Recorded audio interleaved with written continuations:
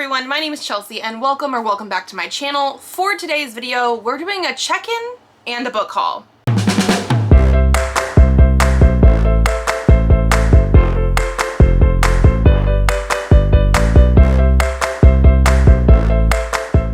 So I'm combining two different things in this video. Usually I would do like my book hauls completely separate, but one of my goals for the whole year is to read half of the books that I'm hauling in, and I had not been doing very well at that. So my goal for my TBR in May was to actually only read books that I bought this year. I did have a couple other things that I was reading, like including ARCs and things like that, but the majority of the things that I read were books that I bought this year.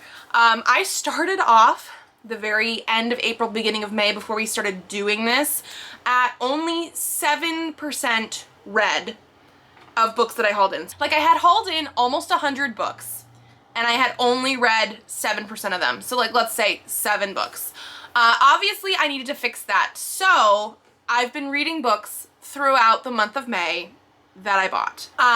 I will go over that in my wrap up. There's one book, we have like 2 days left in May, that I'm currently in the middle of, but I am counting it as read on my spreadsheets right now, so we can go over those like little bit of stats that we have. So for example, if I do count that book that I'm currently in the middle of, I'm at 16 books for May, which is actually really, really good. Like I said, we'll get into like the nitty gritty in my wrap up, but basically I wanted to look and just sort of see, where did I get these books? Like, was I really reading the books that I bought this year? Because that was like my main goal.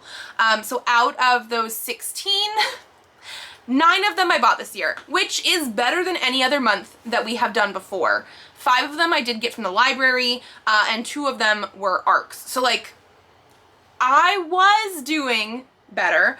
I do think next month as well, I will be focusing on reading the books that I bought. Still, I'm not going to be restricting it like I did so much in May, but like if I get prompts that come up during the TBR game, I am going to be focusing on the books that I bought this year, because I should have plenty of books to get into that. So ultimately, I did read 9 books that I bought this year. I was able to check those off. I don't think I bought anything in May that like I'm marking as already having been read before this month. I actually did read one already, and I'm planning on reading another one probably next month. So before I get to my new percentage read, I do need to also haul in the books that I bought this month, because obviously that's going to change the number a little bit. And basically I have 5 books to show you guys today. That's actually pretty darn good for me. The last few months have been like 20, 30 books, like a lot of books, a lot of books. So the first one I have here was the Evernight for May. Was it actually for May? April? May. April! I have the paper. It was the Evernight for April. Since Evernight doesn't come with anything extra in the box, I decided to just unbox it myself, and then I will show you guys now. I will leave all the information and stuff about the book linked down below. But we have The Staircase in the Woods by Chuck Wendig. Now, I have read some books by Chuck Wendig before. I've read the first 3 books in the Miriam Black series, gave them all 5 out of 5 stars, absolutely love that one.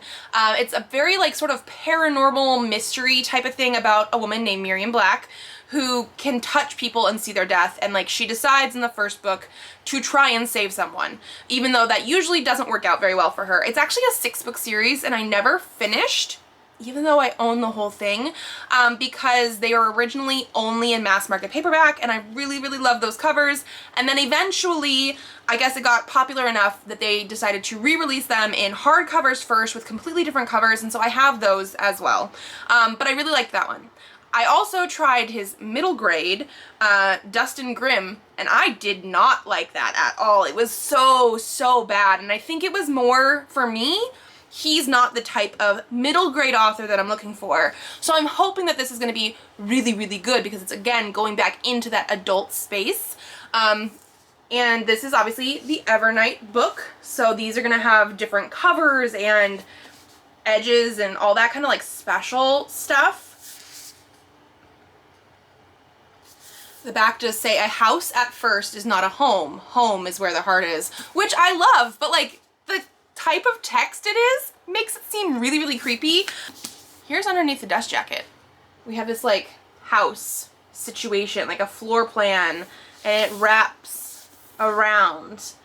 And like the fact that like this place hates you and a broken mirror and things. Like the back doesn't seem nearly as creepy as the front, like at all. But I love that idea. And then we have our end papers. Here is the front ones as well as the back. And to me, this definitely feels like the front was like in the past when they were kids, and this is now, because this is supposed to be one of those like 20 years later type of things. Yeah, 5 high school friends are bonded by an oath to protect one another no matter what. Then, on a camping trip in the middle of the forest, they find something extraordinary, a mysterious staircase to nowhere. One friend walks up and never comes back down. Then the staircase disappears.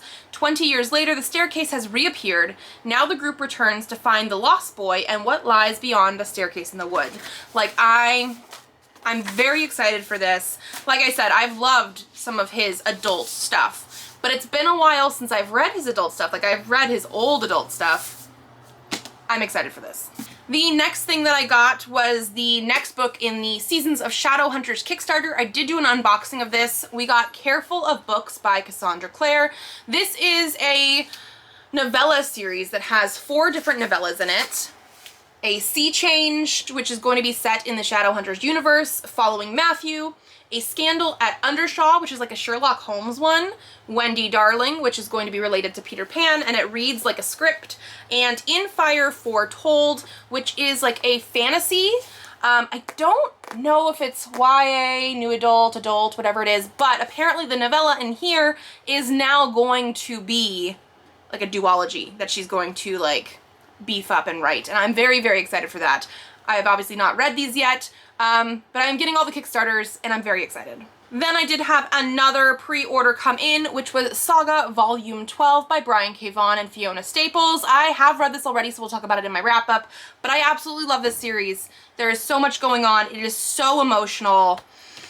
It is one of my favorites. And so yeah, I've already read this one. Then the next thing that I have here is Last Chance to Save the World by Beth Revis. This is the 3rd and potentially final book in this sci-fi novella series that started with Full Speed to a Crash Landing, which I really, really enjoyed.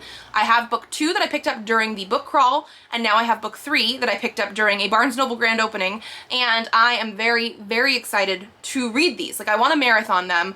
I've had one of you guys also tell me that you really enjoyed how this ended the series, so I'm pretty sure this is the last book. But because they are novellas, they're very, very quick to read, and I wanted both of them to finish it out. So I'm probably going to read this, like I said, next month. And then the last one I have here is the Grimoire Grammar School Parent-Teacher Organization by Caitlin Rozakis. I think this is an adult cozy fantasy sort of thing. We're basically following a mother of a kindergartner who ends up being bitten by a werewolf and so now has to go to like a magic school, and this parent is new to this whole world of magical things happening and has to deal with all that. Like, I don't know, it sounds amazing. I don't know if I realized, but we have sprayed and stenciled edges, and I actually have a different Caitlin Rozakis book that I picked up in January that I have not read yet that also has, it's like red with stuff on it, but like I love that they both sort of match that way, both sort of cozy fantasy things. So again, I really, really want to read these.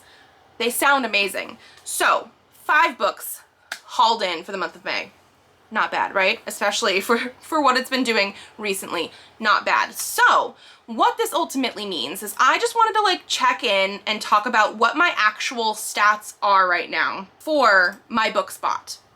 I started at 7%, and again, I'm not counting any ebooks. If I counted ebooks, it's gonna go lower because most of the ebooks that I have are things that are free. I got from Stuff Your Kindle, things that I definitely want to keep an eye on and try out, but not things that I necessarily wanted to own right now. If I like it and I like the author, I will definitely want to do that.